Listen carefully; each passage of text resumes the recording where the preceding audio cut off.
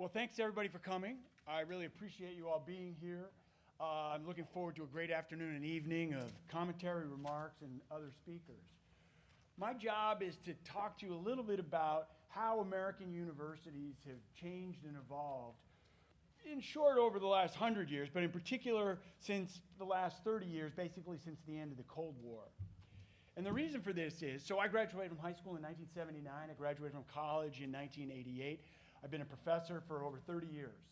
And in my time in universities, the change has been astonishing. But if you're not in the universities on a sort of day-to-day basis, and if you don't have the experience of working or going to school or teaching at different universities, you might not be aware of all of the extraordinary changes that have taken place. So let's jump back 100 years, because Jim's going to cut me off before I get halfway into the good stuff. So 100 years ago, America's university system was actually not great. We had a handful of good universities, we had a handful of great professors, but we wouldn't look at the American university as a system. We wouldn't look at academic researchers, for instance, as being part of individual social and professional networks, essentially supporting one another. The great universities of the world, so when Jefferson founded UVA, most of the professors he brought to the University of Virginia came from Europe. In the early part of the 20th century, the great universities were in Great Britain and Germany. World War II changed all of that. Now there's probably one of the most important people you may never have heard of is a guy named Vannevar Bush. He was a professor at MIT, and he was responsible for the founding of what became the Presidential Science Board. Also, after World War II, responsible for the founding of the National Science Foundation. So before World War II, U.S. federal support for research universities was about $5 million a year, all in. Last year, it was about $92 billion a year. So Vannevar Bush, the president of Harvard, the president of MIT, and the four-star general behind the Manhattan Project, realized that we have a lot of brain power across our country, but it's not coordinated, it's not invested in. We need to develop a system using our research universities to advance science, to advance engineering, and later to advance the humanities fields of language studies, modern languages, and history. 1957, Sputnik happens, and this accelerates this process. And we end up with, by the time we're into the mid-1960s, we have public policy schools being invested in by the Ford Foundation, the federal government, and there's this groundswell of support through the 70s and 80s, ostensibly to win the Cold War, that leads to the creation of a university system the world has never seen. It's extraordinary. Other nations look to what we do in the United States with envy and awe. Now, the end of the Cold War happens in the late 80s, early 90s, and things start to fall apart a little bit. First one would be, so we had been investing significantly in what are known as area studies programs. These were sort of quasi-departments set up at universities that provided a lot of federal money for foreign language training, training in the history and culture of foreign countries, foreign regions, to help us understand better so we could both lead, interact, and if necessary, confront these foreign areas. Well, with the end of the Cold War, it was the end of history. So why keep investing in history, foreign language, and area studies? And so that began to fall off.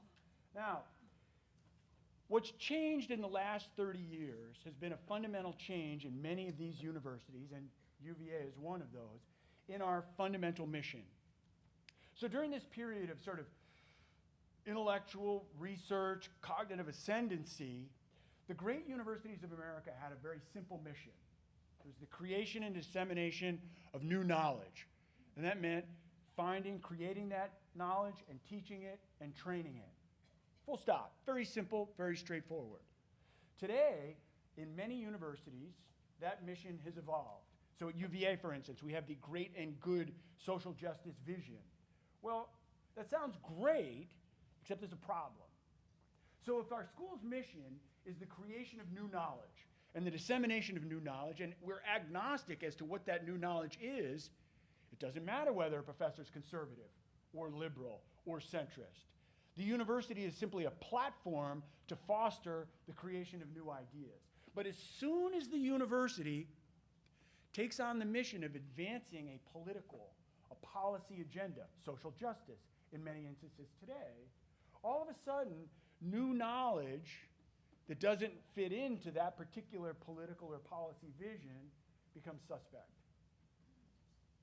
Now, our students have changed a lot over the last, particularly 10 to 15 years.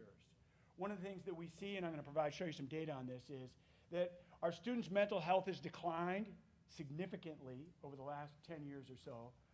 Both our society and our students are becoming increasingly risk-averse and particularly safety-conscious. Well, as many of our universities start to think about, well, we've moved our mission away from simply the creation and dissemination of new knowledge to social justice and serving our students as customers. Well, if our students demand safety, many universities today are providing that. Well, our faculty have changed too. There are three sort of intellectual changes that have occurred. I'm going to provide some data in a few minutes. In the 1960s and 70s, there was a big movement coming out of the humanities led by a group of French intellectuals, Michel Foucault, Derrida, Lyotard. Their ideas were basically postmodernist. And the idea was that when we think about what are the things of most consequence, order within society, natures of power, what really mattered were things that were social constructions, not material world. What really, the way people sort of evaluated themselves was on some hierarchy of social status. Status equated to power, power equated to money, so what really mattered was status, and status is largely identity-based. Now, I'm simplifying 50 years of research with thousands of scholars, but the general idea was here, if things of consequence are socially constructed, it becomes very difficult to point to objective reality. In the 1970s, there's an intellectual movement beginning in American law schools, and this is referred to today as critical race theory. The principal scholar here was an extraordinary gentleman, Derek Bell. What Bell and other scholars were interested in trying to understand, explain, and address were differential outcomes across social groups in America, across identity groups in America, particularly differential group outcomes associated with difference across racial identities. Now, within sort of the academia, within intellectual worlds, there have been essentially over the last 300 or 400 years two general views about the nature of man. One view says, coming from Rousseau and others, that man is perfect, that at our birth we are these wonderful creatures, and that essentially all the ills of society and the imperfections of individuals flow out of property rights, out of the desire to acquire material possessions, out of our environment in which we grow. Now, there's another view that says just the opposite. From the very outset, man has fallen, and that absent our societies, absent our institutions, we would be doing terrible things. The person here we might think of would be Thomas Hobbes. Now, universities, historically, there's been a great tension between this sort of realist, conservative vision coming out of Hobbes and a liberal Enlightenment vision coming out of Rousseau, Locke, and others.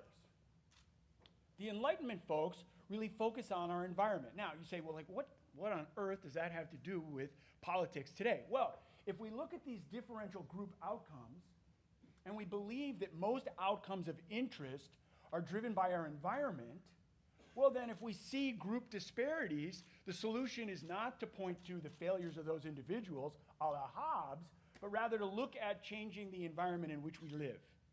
Tie that back to social justice agenda for the university. The way we make universities more able to create perfect people is to create an environment which shapes, which leads, which fosters their growth in a particular direction and agenda. Now, all of this has been brewing. When I was in graduate school in the late 80s, we knew about postmodernism, we knew about critical race theory, and we said, well, yeah, but, hit me in the head with a hammer and I feel it, that, my personal view is that I came out of a rational choice and applied econometrics background, and so I was really into, essentially free will and personal choice, and so I kind of dismissed all this stuff. But it's becoming increasingly powerful, both within the universities and, as most of us know, within our societies today. In 2016, we see a beginning of a last inflection point, and that was with the election of Donald Trump. My colleagues here at the University of Michigan came together in meetings of deans and department chairs and meetings of faculty and said, how do we resist? How do we create a movement to resist these powerful forces? In Charlottesville in August of 2017, There were the horrific events on the lawn in downtown Charlottesville. This led administrators at the university to say, we have a crisis. We need to take advantage of this crisis to impose the solutions that we all know are right and just.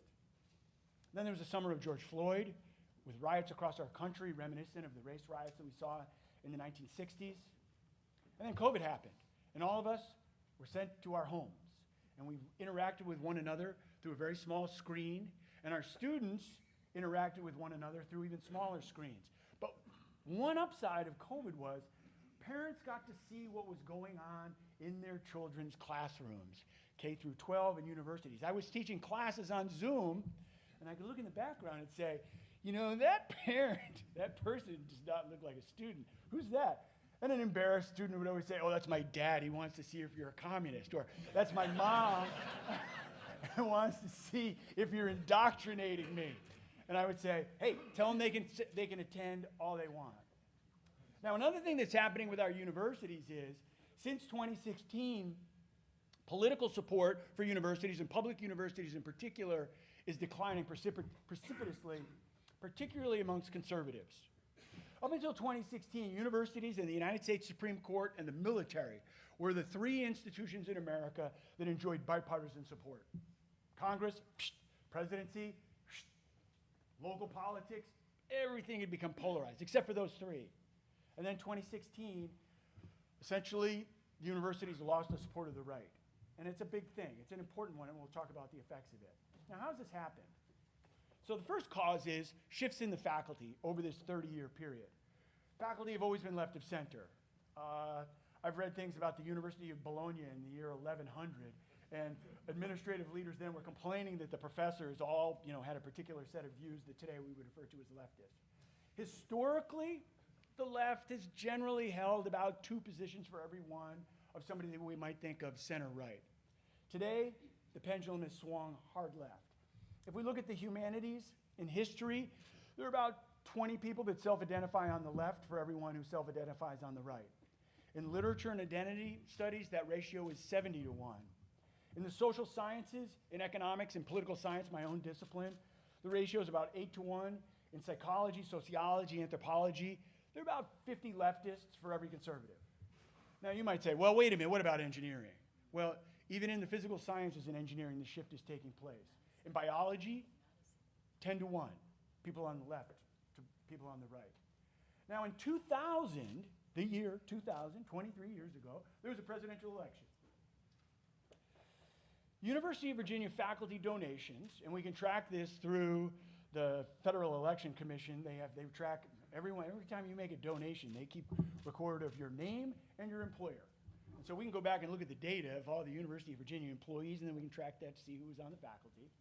Well, astonishingly, in 2000, faculty donations were roughly, it's like 53-47, roughly 50-50 Democrat and Republican, which made the University of Virginia in 2000 significantly more conservative than the national norm.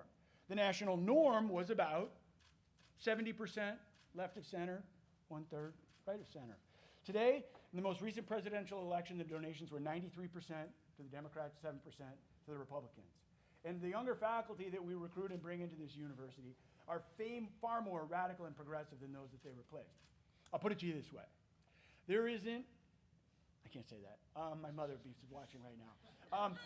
There isn't a snowball's chance in a really hot place that a former Green Beret that had dropped out of college, then subsequently won varsity letters in sports, that then worked in a factory, would end up as a dean of a public policy school in America. That just would not happen today, but it could. Let's keep seeing some of the problems.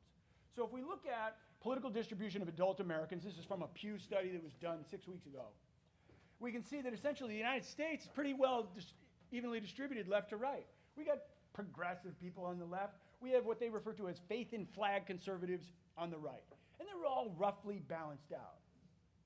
This is what our professors look like. There are essentially no faith in flag conservatives left. There's a few committed conservatives. The ambivalent right, some people refer to them as rhinos derisively. Don't take that the wrong way. That's like the best there is. amongst our faculty. The people that are committed conservatives that we would like to serve as the loyal opposition.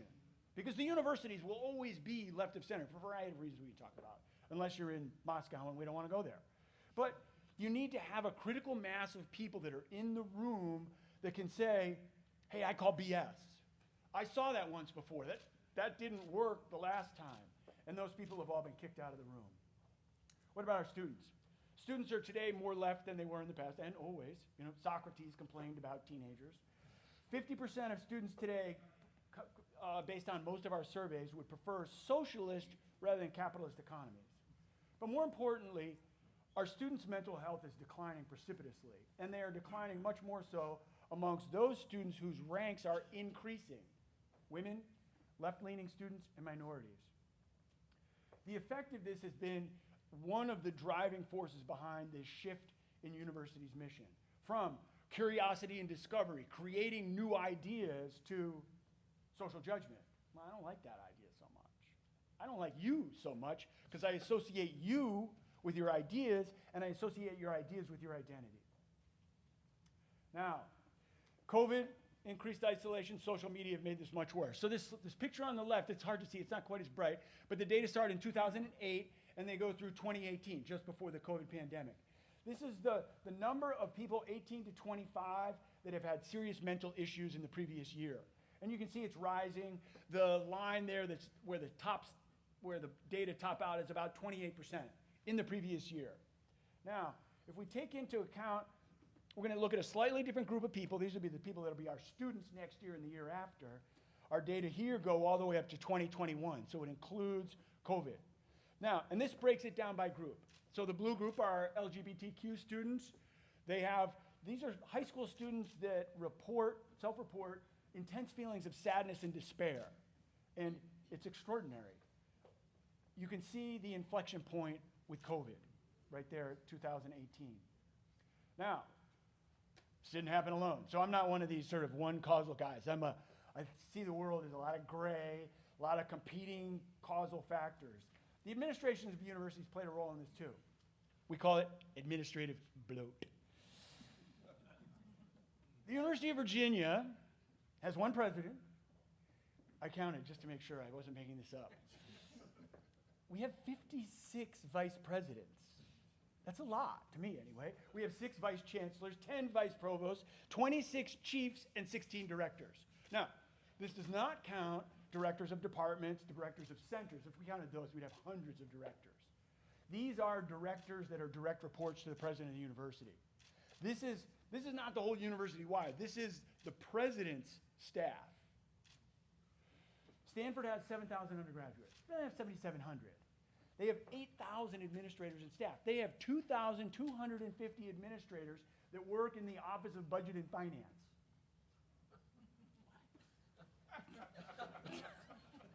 You can't make this stuff up. Now, here's where it gets interesting. Oh, you gotta give me 2 more minutes. Okay. Back off. These people look captivated. Do you want to hear a little bit more? See, there you go. So, it turns out the biggest area of growth in universities has not been the faculty. Student size has grown a lot in this 30-year period. In this 30-year period, faculty numbers have stayed flat. The bureaucracy has exploded. The area of most significant growth is in student services. The people that do student services are way to the left of the faculty. At the University of Virginia today, we have twice as many diversity, equity, and inclusion administrators as we do history faculty. One of the problems that we have is that most of our senior administrators are drawn from the social sciences or law, where they don't see themselves as leaders. They see themselves as parts of movements. Nationally, our university boards are not particularly well informed and oftentimes unwilling to engage. Although Bert is changing that. Vote for Bert. Institutional review boards. So say I raise some money to do research. Now, previously, the federal government has at every university that doles out federal research money. And UVA is a research university. We received $600 million in federal funds to do research last year. We're legit. We're not at that top 25 threshold of $1 billion plus a year, but we're there. Institutional review boards are federally mandated, but now administrators concerned about risk, now force almost all grant proposals, whether funded by self, by the state, or private foundation, to go to these review boards. The review boards are governed by attorneys, often cases, and are incredibly risk averse. The last thing I'll mention, and I'll then let my colleague here kick me off the stage, I'll be happy to talk to people afterwards, are the rise of diversity, equity, and inclusion statements as a condition of admission, a condition of employment, and as a condition for being considered for merit increases, for promotion, for advancement.